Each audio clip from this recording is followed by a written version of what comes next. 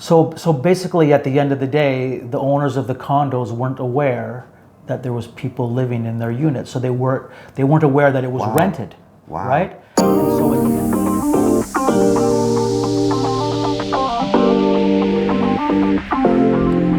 Hello, Swadee Cap. Hi Peter, nice to see you again. See you again. Thank you. Follow you. Hi everyone, thanks for joining me once again for another video.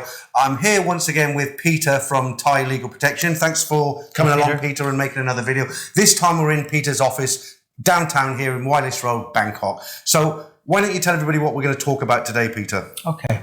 Well, since everybody's coming back to Thailand, and one of the first things that you do when you come to Thailand is you have to find a place to live. Right. So there's, let's go rent a condo, for example, right? And there's been, a recent really big scam that happened. I've heard about it, right? Yeah. In Pattaya.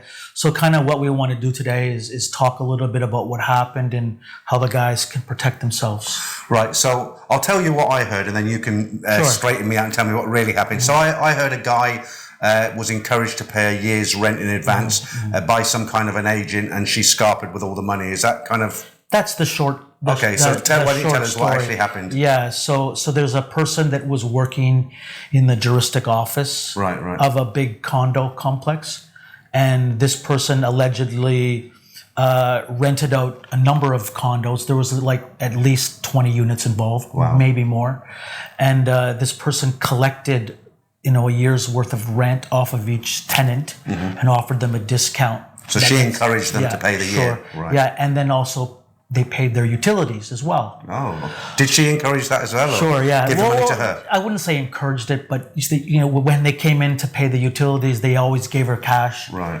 Yeah, exactly.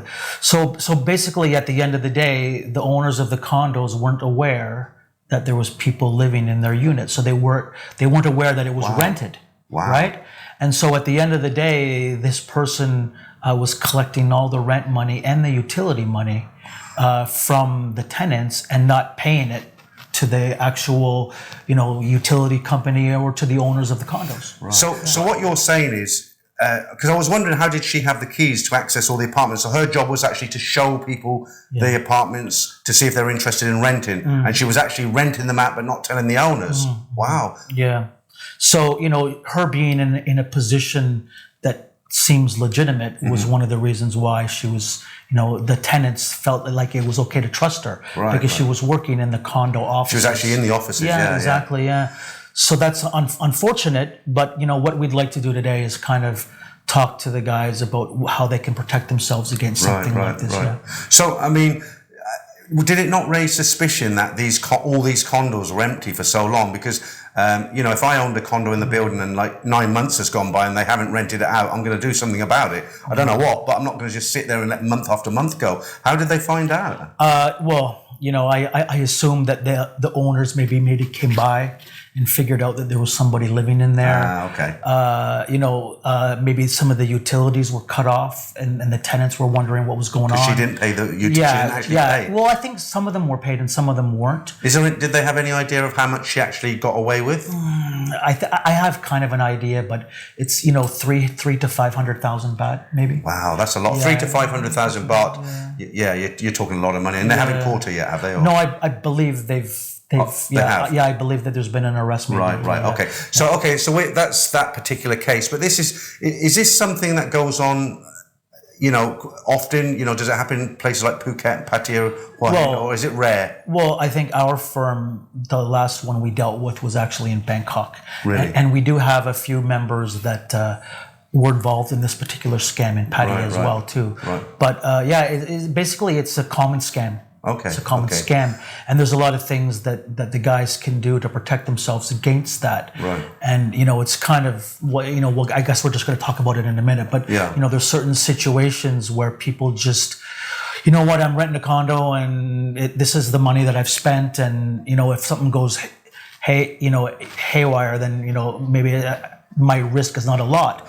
So your company, when you're dealing with some of the members, have you ever come across this problem where a member's phoned you up and said, look, I've been ripped off my rent, or can you give us an example of something that's happened? So we have, the last one we dealt with, before this one in Pattaya was in Bangkok. Oh, really? You know, and it was with about 10 units, so it wasn't quite as many. Still a but lot, it was the same thing, and it was during COVID times. So how does a person stand if they've gone in with what looks like the legit agent there in the building? They've signed a lease, they've got the lease, they've paid 3 months, whatever it is. How do they stand? You know, if she runs off with the money.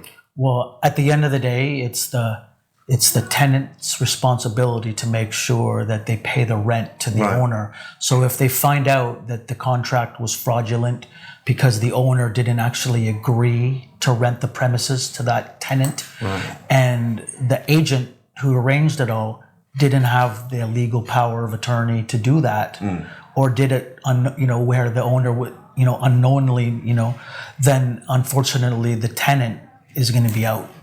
They're going to be out, and they're going to lose all the rent money that they paid. Could they be evicted as well? Yes, they can be evicted, and then it would be their right to file criminal charges or civil case against the agent that was doing that to recoup their loss. I mean, that's difficult enough in your own country. To do it in a country where you don't speak the language is near on impossible.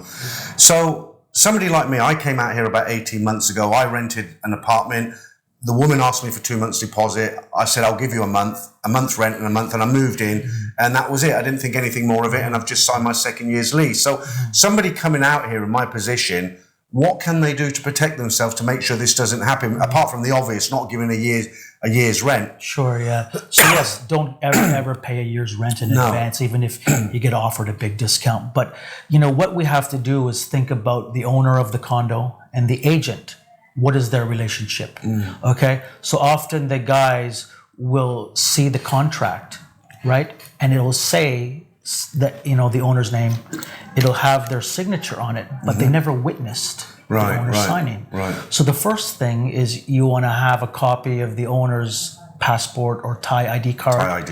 And you want to try to witness them signing the contract, and their ID is supposed to be attached to the back of the contract. If that doesn't happen, then you have no way of knowing who's actually signed that contract.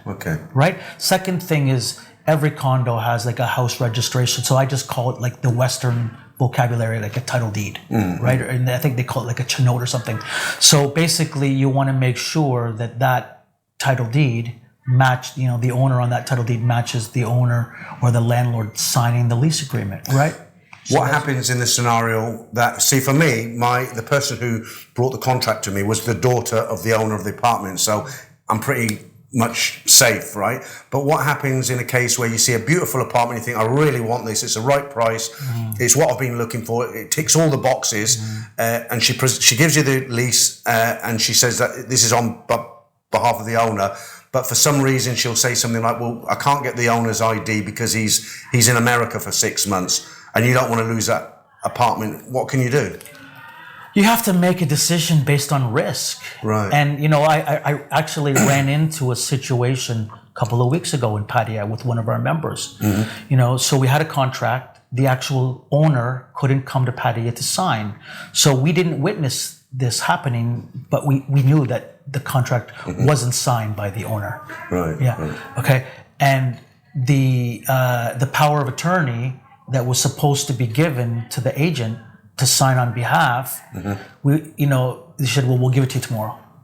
So, my client is sitting there in this room just off of a 18-hour flight. Right. And he was like faced with either losing a booking fee or not getting the apartment because they started to say, well, okay, we'll just rent it to somebody else if you're not comfortable to sign under these circumstances.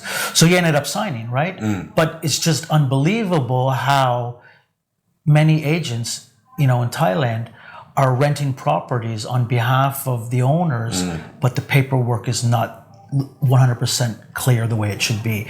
In other words, they're signing contracts on behalf of the owners. Most of the times, I think the owners know about it, but it's just very, very lackadaisical the way that the whole condo renting business is done here. It's not only condo renting, it just seems to be, it's very relaxed how things are done here, isn't it? So what about guys who are just coming here for a month and they're renting an Airbnb or not a hotel room, but a kind of 1 month let? Do they have to be so cautious or? No, but, Airbnb, the only thing you have to be worried about is if you're going to be here for 2 months, for example, in some cities, to extend your tourist visa for another 30 days, they need a TM30. And, the Airbnb owners are very, very, very... They don't want to tell people they're not cooperative. No. Half the time. Half the time they are, half the time they're not. Yeah. But if you use an agent to sort it out, then you'll be okay. But other than that, the short-term rentals... in an Airbnb are not really the problem. The problem is these big, the 1 year contracts or 6 month contracts. So you got to be careful, right? So, power of attorney from the owner. If the agent is acting on behalf of the owner, you need to see that. Try to make sure the owner of the condo, if they are signing the agreement, make sure they're there in front of you and you witness that signature. In the case I talked about a few minutes ago, the owner was supposed to be there that night. We had already cleared it with them. But then at the last minute, the owner didn't show up. Now, I think we firmly believe that the owner was never coming. Ah, okay. You know what I mean? And so everything was just done so lackadaisical, right? Right. And, I think that at the end of the day, that agent was probably trustworthy. But think about a situation where maybe you come across an untrustworthy agent and they take advantage of a situation like that where the expat just arrives on an 18-hour flight, put a booking fee down, which he was going to lose if he doesn't move in. Sure. We check the contract out, find a lot of problems, but he's kind of like forced to moving in. Yeah. So I was going to ask you, so your membership, we'll talk about your membership for your company at the end, but if somebody was a member of your company, for instance, and they were in this situation, they were going to sign the lease, what can you do for them to make sure that they don't fall into the same, they don't have this same problem of getting scammed? So first of all, we would want to ask for the title deed of the condo to make sure that the landlord matches the name on that title deed as the owner. Right. Second thing that we'll do is go through the contract and make sure that there's nothing in there that's against the law or unfair to the tenant. The most important clause is how long do you have to wait for your deposit to be returned after the lease is finished.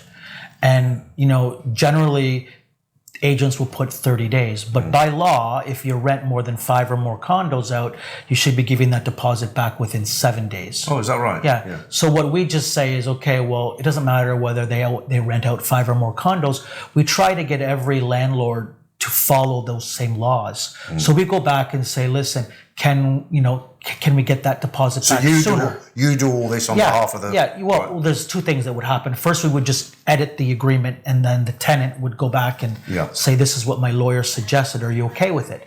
And then if that, sometimes we actually call the actual agent and say, listen, this is a clause that our client really, really needs to be in there because, for example, a tourist maybe rents for 6 months and then goes back home. Sure. Well, maybe they don't have a bank account. How are you going to get that deposit back in 30 days, right? Yeah. So we'll talk about stuff like that with them and try to get the agent or the owner of the condo to kind of understand why we need some of these changes. Sure. And I would say it works about 80% of the time. There are agents and owners that won't budge on the contract. Right. So what we do in that situation is we just tell our client what the risks are if you sign and you decide to rent this place, and then our client or our member will decide if they're going to go through with it, right? Sure. So our last case that I just mentioned, that guy that came off the 18-hour flight decided he knew the risks, he didn't see the power of attorney, he still decided to rent the condo. And was he okay in the end? Well, he's only been here for 3 weeks, so we don't even know now. Yeah.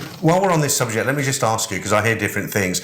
So most landlords here in Thailand, I don't know if it's still the case, but I was asked certainly, they ask for 2 months deposit and 1 month's rent up front. So basically three months rent it's equivalent to. Yeah. So what is the law regarding deposits? Because I heard that they can no longer legally ask you for 2 months. It's only a month. Is that right? Or is it very vague? Yeah, so there is a law. I mentioned it a second ago. If the landlord or the owner of that condo owns 5 or more condos that they rent out, they're not supposed to charge 2 months.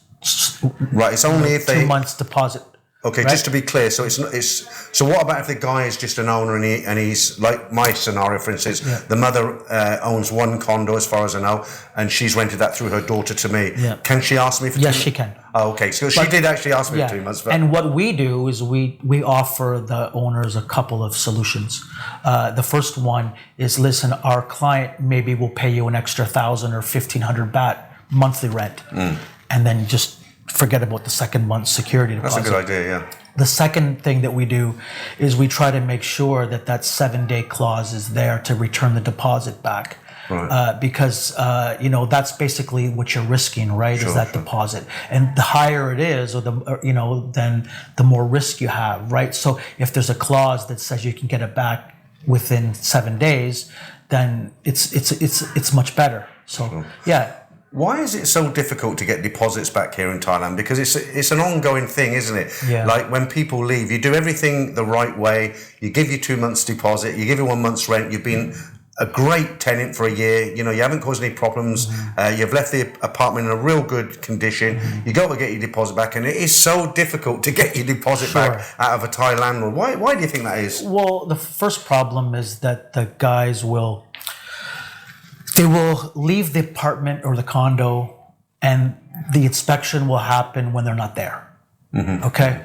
So the landlord will say there's this damage, and because you're already gone, you can't. It's difficult for you to prove that. So what about photographing when you move in? Yeah, you can photograph and video when you move in, but actually when you leave, that's the most important thing, right? Yeah, but what can you do if the day comes, you're going to leave on the 31st, and you're saying to the landlord, can you come over because I want to I want us to check it together, and he's saying, I'm busy, I'll come over, and he doesn't. You basically have to insist on it.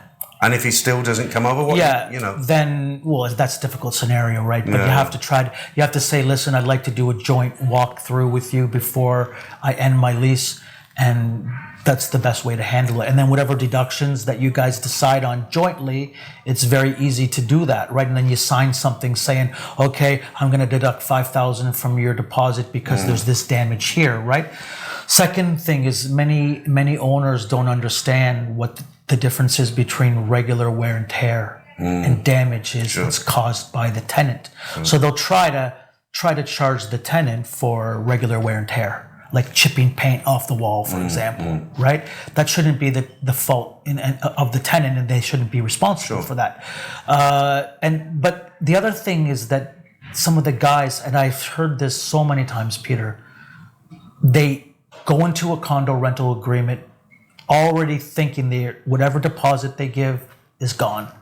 Oh, really? Yeah. So they actually just write it off. Yeah, they write it off already. So that way they don't expect it. So I would say that one of the main reasons is that some of the tenants don't expect it back. So they don't chase it. So they don't chase it. Keep it. Yeah, exactly right. And then the other half of the time it's because of the landlord doing something that they shouldn't do. So what about this as a strategy rather than just writing it off? If you've paid 2 months deposit and you think, right, well, I've got 3 months until I've got to leave, so I just won't pay the last month's rent, and that way, if she keeps 1 month's deposit, at least I've got something for the second month. So basically, you're having in theory, you're having a month's rent free, but actually you're using up 1 month of your deposit, or maybe even do it for 2 months. Could you do that? Well, legally, you're not supposed to do that. Right. But legally, they're not supposed to keep the deposit. Sure, but if the landlord decides to try to kick you out because you haven't paid your rent, then you'd be in breach of your contract by not paying that last month's rent. And if you wanted to, he could get you out of there. However, would they do it? Most of the time, the landlords would just deal with it at that time and probably allow it to happen, but some won't. It depends on the owner, so I can't speak for every owner, but that is a strategy that most people would want to try to do. I hear that comment from many guys that from the US or from Canada. I haven't experienced anybody getting away with that personally in Thailand, but the best way is to, if both parties supposed to follow the law, it should never happen, right? And that's in that scenario, What I think I'm going to do, for instance, because I know they don't like to give the money back, once the money's in their hands, they don't like to give it back, right? So what I was thinking of doing, when the time comes, if it ever comes that I want to leave my apartment, I'll call up the person who rented me, the daughter, and I'll just say, look, for the 2 months deposit, shall I just not pay any rent for the last 2 months. And hopefully, because she doesn't actually have to hand any money back to me, she'll agree with it. But that's just... Yeah, there's a small flaw in that plan. Really? Unpaid utilities are obviously one of the things that landlords want to clear before they give you back that deposit, right? Okay. So in other words, if they're thinking that there's going to be a high utility bill at the end of the month, then they may not be keen on that. Sure. Right. Sure. What we tell, some of our members to do is, okay, well, you've been there for 6 months or a year, right? The landlord can take a look at the monthly utility cost over that period of time, and they can just say, okay, I'll deduct that right off the bat from your deposit, add another 1,000 baht deduction just to make sure there's no overage, and they're pretty much going to be safe. Yeah. I was going to say, my electric is anywhere between 1,500 and 2,000 a month. Never goes over that. Water's kind of 120, 140. So, okay, that's good information. So if somebody's watching this video and they haven't come across you before through, because we're probably on video 5 by now, video 5 or 6. Maybe 6, yeah. Yeah. So I'm going to, Peter's company, Thai Legal Protection, has a membership, and it's basically there for expats, isn't it, to help in lots of situations. It's not just about condo rental. I'll let you talk about it in a minute, but what I'll do, I'll pin a link in the comments. So when you watch this video, the first comment will be from me, and it'll be a link to Peter's website. And it's a big company. It's not just Peter, one-man band. I mean, there's several staff out the front there. There's people on PCs out there.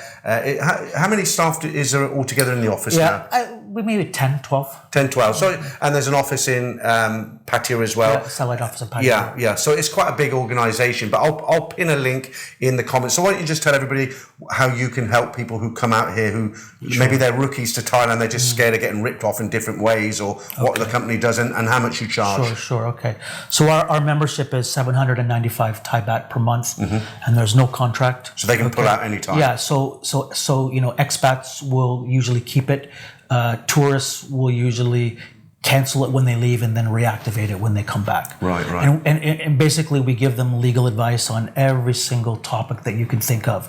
Renting condos, civil law, criminal law, anything to do with corporate law, like opening up businesses, all that kind of stuff. Anything that you can think of, visas, work permits, even if you want to, as you remember, we did a video about maybe some of the guys want to get married and take their girlfriend back to their home country. Right. So we deal with that kind of thing there. So our members can call in at any time and ask about those things. Right. The second thing is related to renting condos or maybe even any agreement that you have that you want to sign. We'll review that agreement and give you a little bit of a consultation on the laws related to that agreement before you sign it.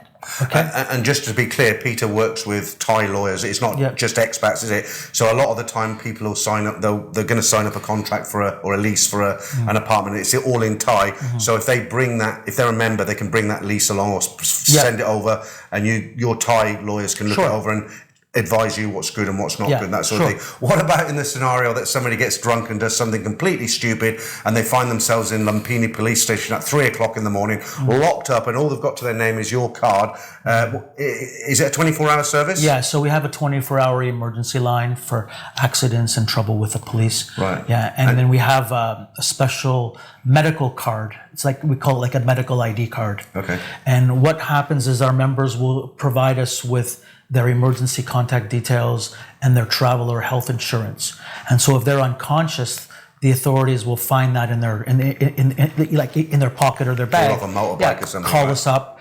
We'll verify who they are, and then we'll give them that information so they can take care of the member, either whether they're in the hospital or what have you, right?